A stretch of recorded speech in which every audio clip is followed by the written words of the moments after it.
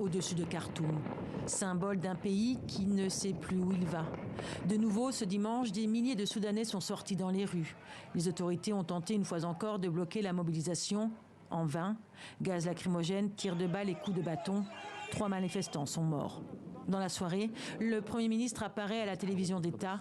Abdallah Hamdok annonce sa démission. J'ai fait de mon mieux pour empêcher le pays de glisser vers la catastrophe, alors qu'aujourd'hui, il traverse un tournant dangereux qui menace sa survie.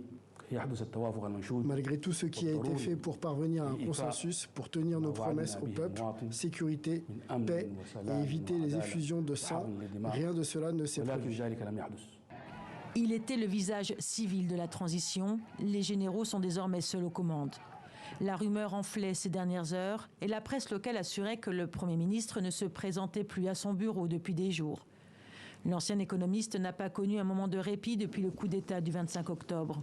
Ce jour-là, il est placé en résidence surveillée par le général Abdel Fattah al-Burhan, le nouvel homme fort du pays.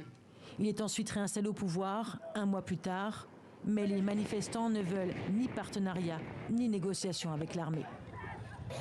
La rue aura le dernier mot. À la fin, Omar el-Béchir aussi a succombé à la rue.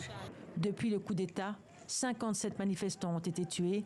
Les militants appellent à faire de 2022 l'année de la poursuite de la résistance.